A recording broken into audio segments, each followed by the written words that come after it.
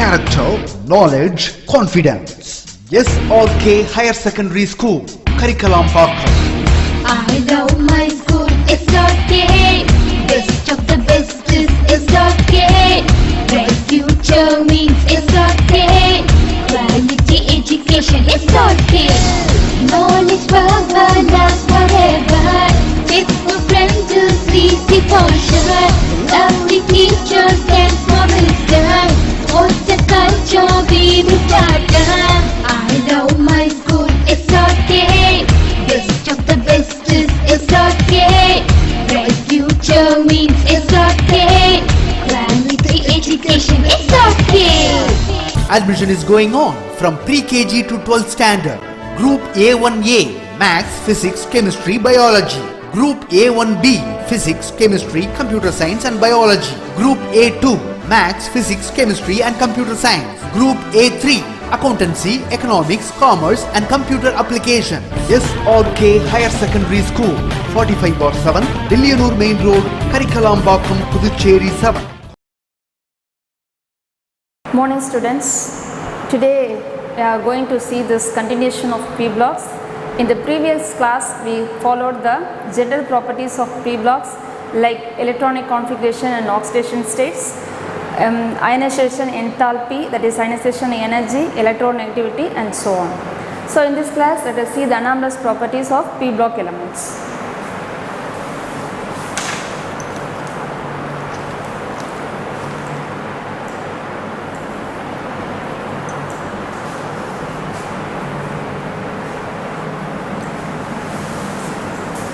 So here is the anomalous properties of the first elements.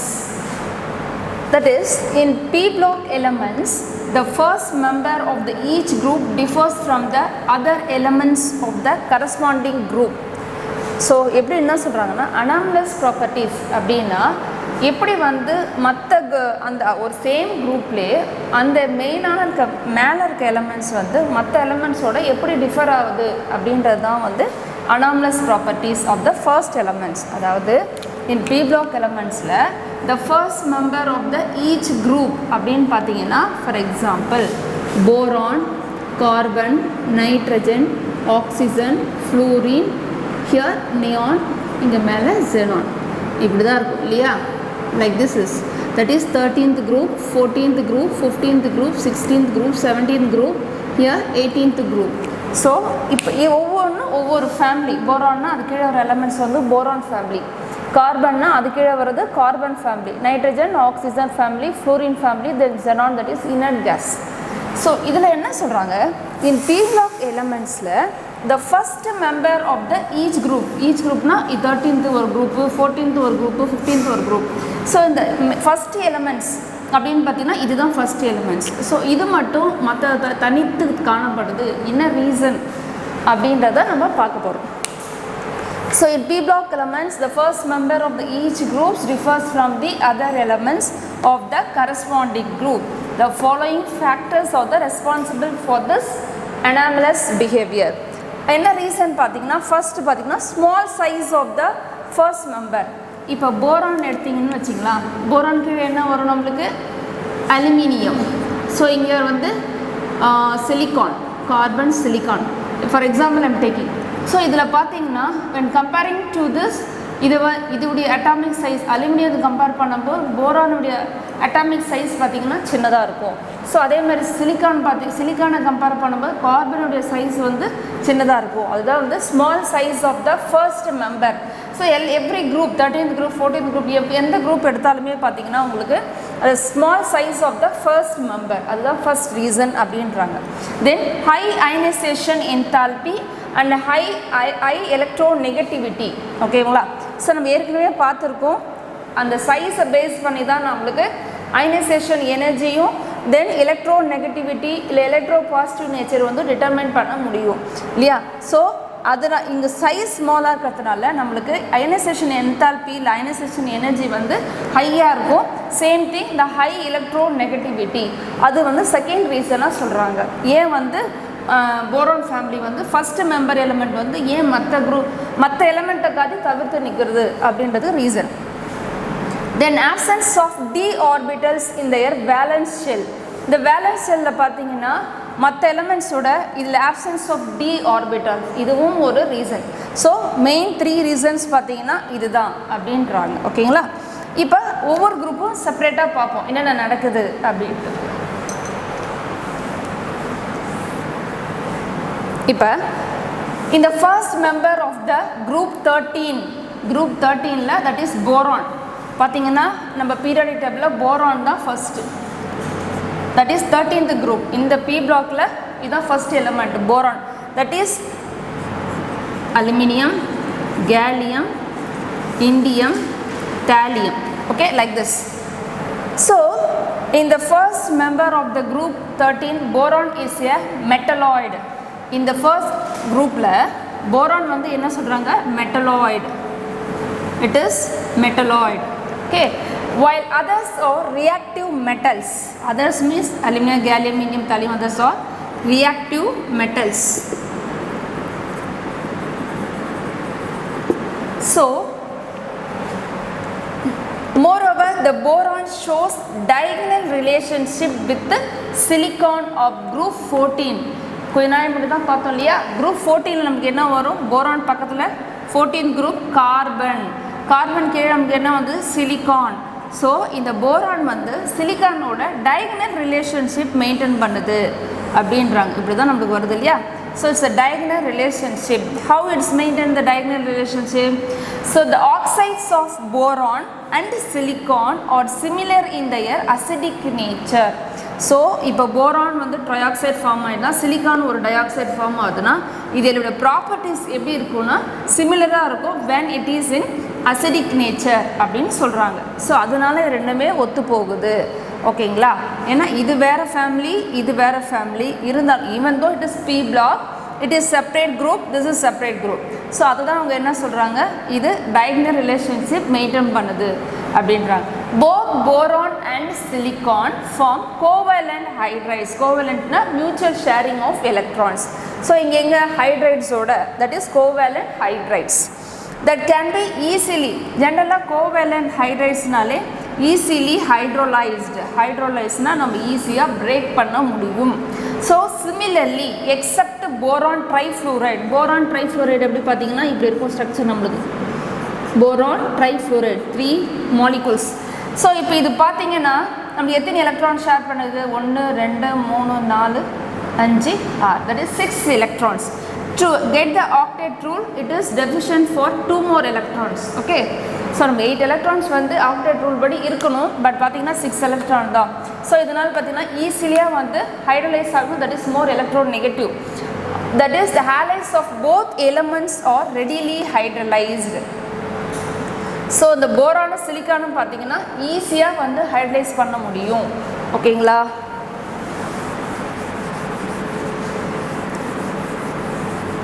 Next பார்த்தீங்கன்னா in group 14 just now I have seen group 14 is which group? Carbon family. Okay, the first element carbon is strictly a non-metal.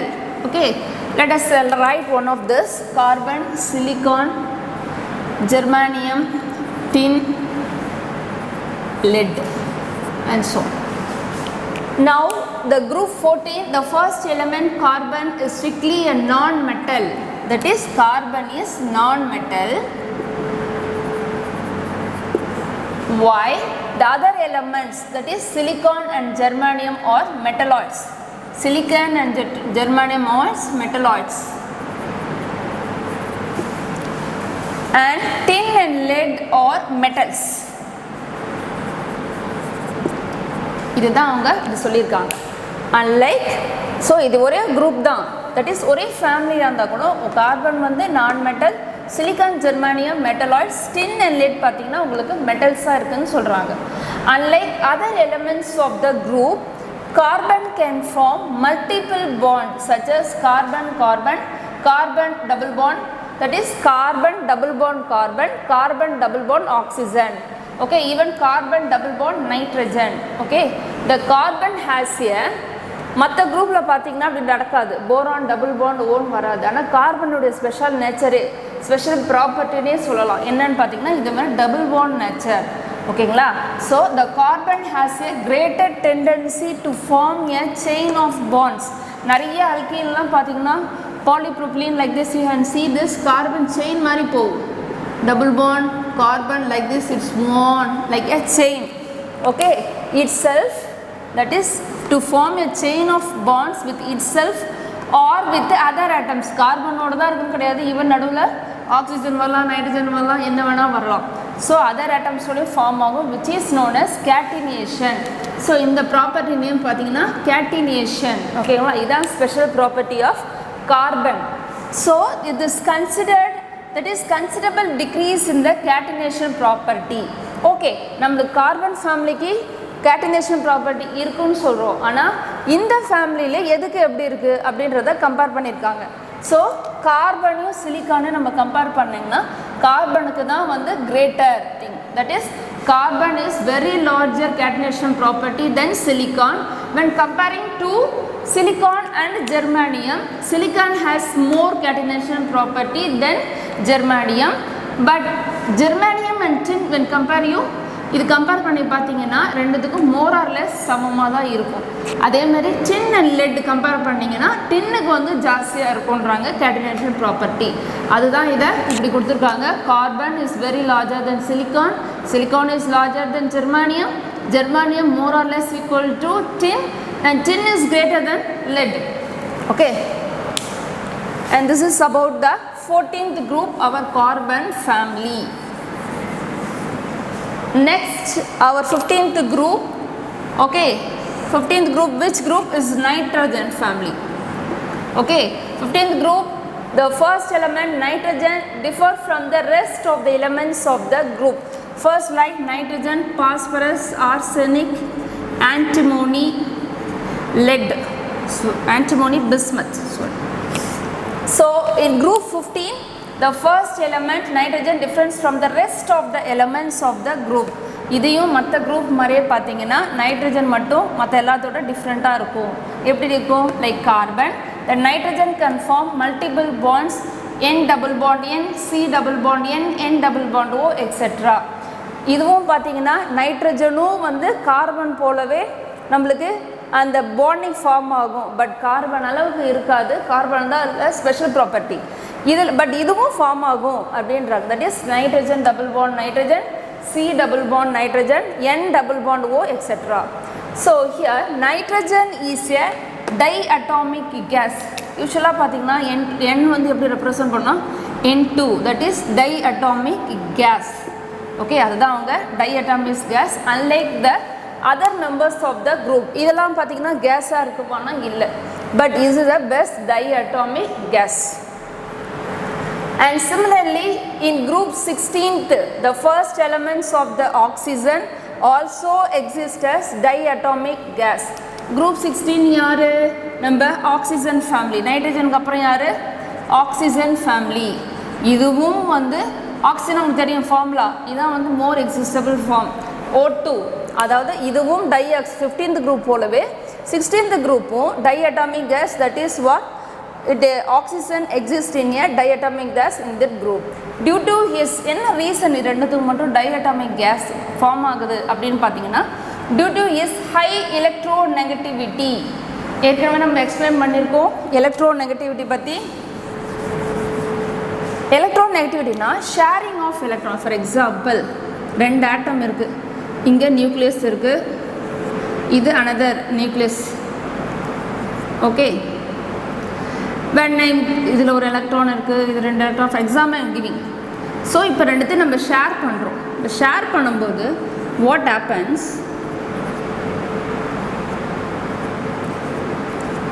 So இப்போ இந்த இருக்கிற எலக்ட்ரானை வந்து இந்த நியூக்ளியஸை நோக்கி attract பண்ணும், இங்கே இருக்கிற நியூக்ளியஸ் இந்த எலக்ட்ரானை அட்ராக்ட் பண்ணும். ஸோ ரெண்டுமே வந்து எனக்கு உனக்குன்னு சொல்லிட்டு நான் அது அட்ராக்ட் பண்ணும். ஸோ இது ஷேரிங் ஆஃப் எலக்ட்ரான். இது வந்து எலக்ட்ரோ நெகட்டிவிட்டி அப்படின்னு சொல்கிறோம். ஷேரிங் ஆஃப் எலக்ட்ரான், இது என்ன நான் சொல்கிறோம்? Electro negativity. ஸோ இதுவும் வேணும், அதோடைய ட்ரை அது பண்ணும், இதோடைய ட்ரை இதை பண்ணும். ஸோ இந்த மாதிரி நேச்சர் இருக்கிறதுனால தான் இது டைஅட்டாமிக் வந்து ஈஸியாக ஃபார்ம் ஆகுது. எது? Oxygen and nitrogen. ஸோ அதோடைய ஸ்பெஷல் ப்ராப்பர்ட்டி இது. The first element of the 17th group fluorine. Next group யாரு 60 group 50 17th group யாருன்னு பார்த்தீங்கன்னா fluorine. So the fluorine is the most electronegative element. It's important one mark. Fluorine is the most electronegative element.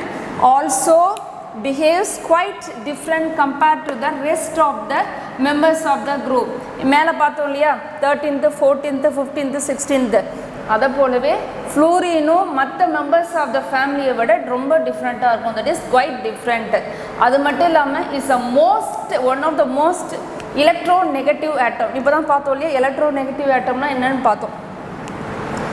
And like oxygen it also forms hydrogen bonds. Oxygen எப்படி hydrogen bond வந்து ஈஸியாக form ஆகுமோ அதே மாதிரி ஃப்ளூரினும் பார்த்தீங்கன்னா உங்களுக்கு hydrogen bond form ஆகும். It shows only -1 oxidation state. இதுவும் ரொம்ப இம்பார்ட்டன்ட். இந்த ஃப்ளூரின் பார்த்தீங்கன்னா -1 oxidation state while the other halogens +1 +3 +5. ஓகேங்களா?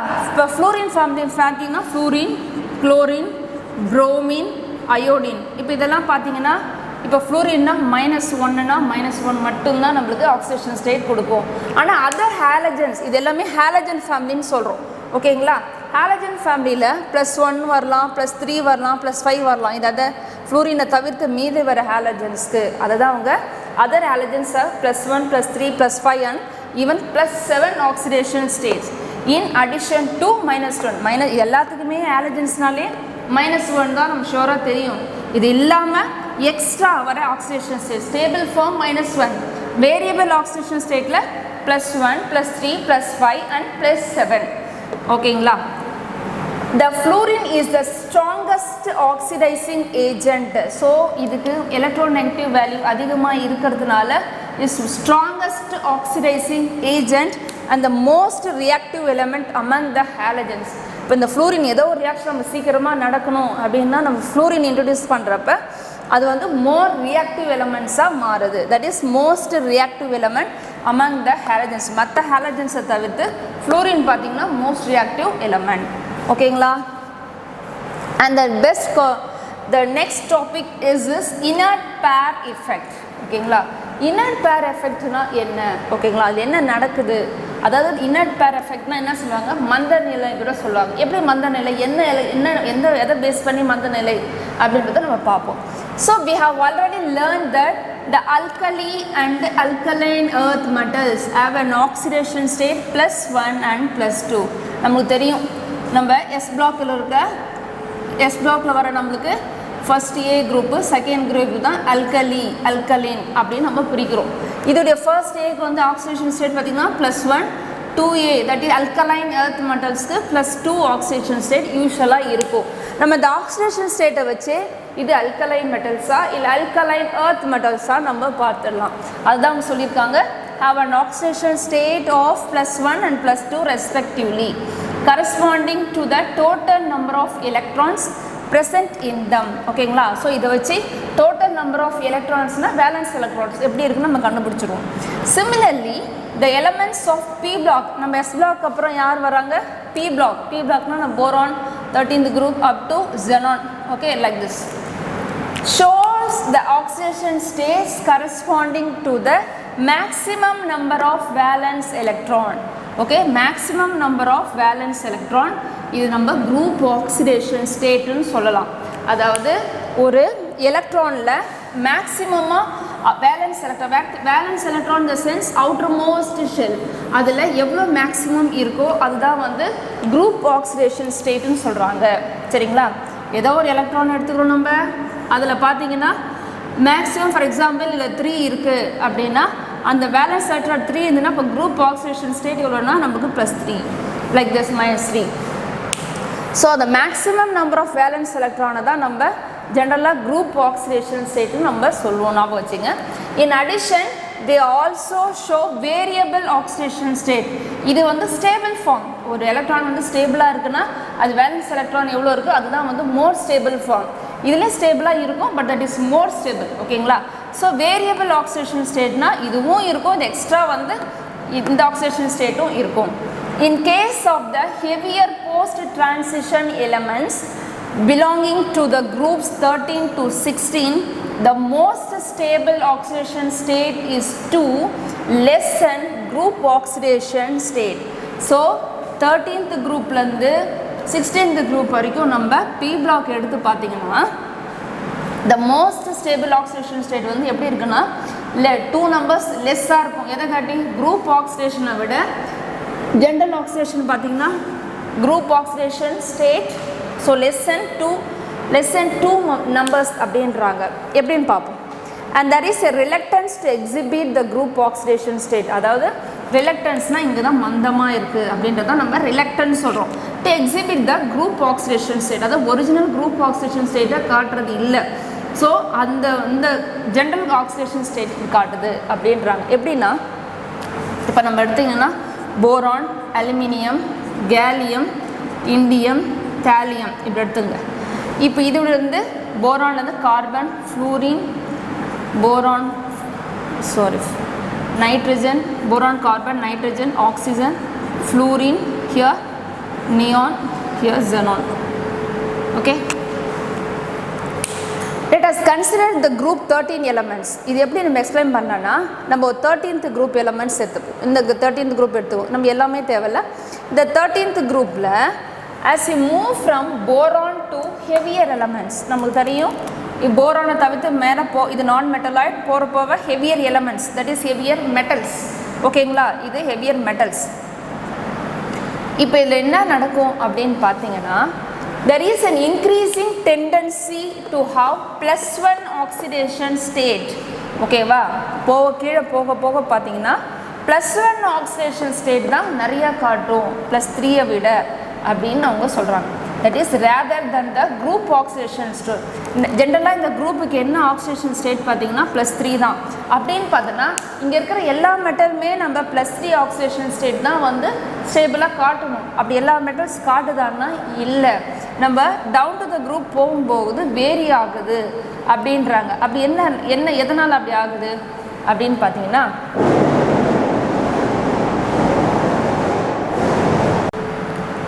Okay, so how it is differ from +3 to +1 oxidation state எப்படி நடக்குது அப்படின்னு பார்த்தீங்கன்னா so for example aluminium 3+, you take Al3+ is more stable than Al+1.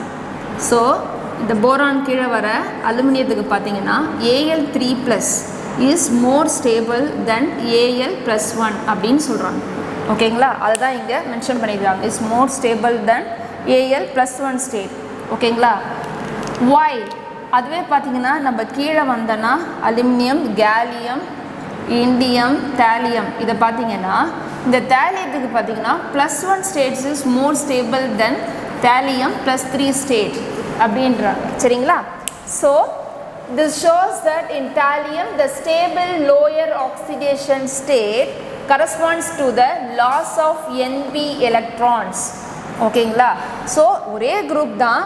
இதில் மேலே பார்த்தீங்கன்னா +3 ஆக்சிடேஷன் ஸ்டேட்டில் மோர் ஸ்டேபிளாக இருக்குது +1 தவிர. ஆனால் கீழே ஹெவியர் டிரான்சிஷன் மெட்டல் போக பார்த்தீங்கன்னா ஸோ இதில் +1 ஸ்டேட் தான் வந்து மோர் ஸ்டேபிளாக இருக்குது +3 விட.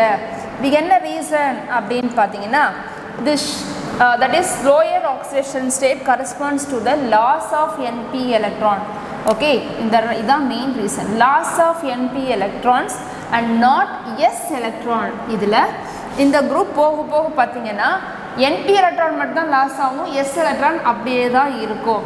So thus in heavier post transition metal, heavier post transition metalனா கீழே போக அலுமினியம், கேலியம், இண்டியம், தாலியம் போக அந்த மெட்டலுடைய மெட்டாலிட்டி வந்து அதிகமாக இருக்கும். அதான் heavier post transition metals the outer S electron, NS electron have a tendency to remain inert. ரிமைண்ட்னா எந்த வேலையுமே செய்யும் அப்படியே இருக்கும், மந்தமாக இருக்குன்னு சொல்கிறேன், அதுதான் inert. ஓகே, அதுதான் main reason. So the outer S electron have a tendency to remain inert and show the reluctance to take part in the bonding. So இந்த NS electron வந்து எந்த பாண்டிங்குமே பண்ணாது, சும்மாவே அப்படியே இருக்கும் NS electron. So which is known as inert pair effect அப்படின்னு சொல்கிறோம். இதை தான் நம்ம inert pair effect.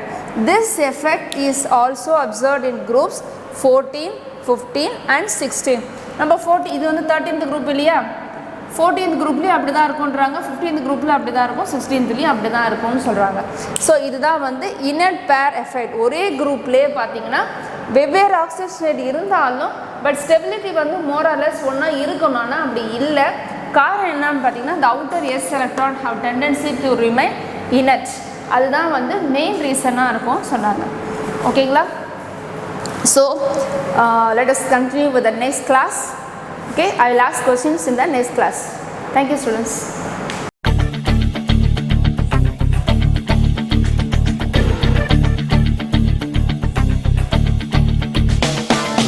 ஒரே லட்சியம் எங்கள் கண்ணிலே நிறைவேறிடும் அந்த நாளிலே உலகம் போற்றிடும் எங்கள் பள்ளியே SRT. கல்வி பண்புகளை கண்ணின போற்று கலைகள் யாவையும் கைவசமாக்கு பள்ளியின் பெயரை கேட்டால் சொல்லு SRT.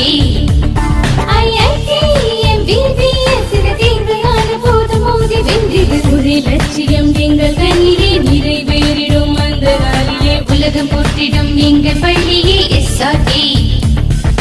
கல்வி பண்புகளை கண்ணின போற்று கலைகள் யாவையும் கைவசமாக்கு பள்ளியின் பெயரை கேட்டால் சொல்லு SRT. Admission is going on from pre-KG to 12th standard. Group A1A Maths, Physics, Chemistry, Biology.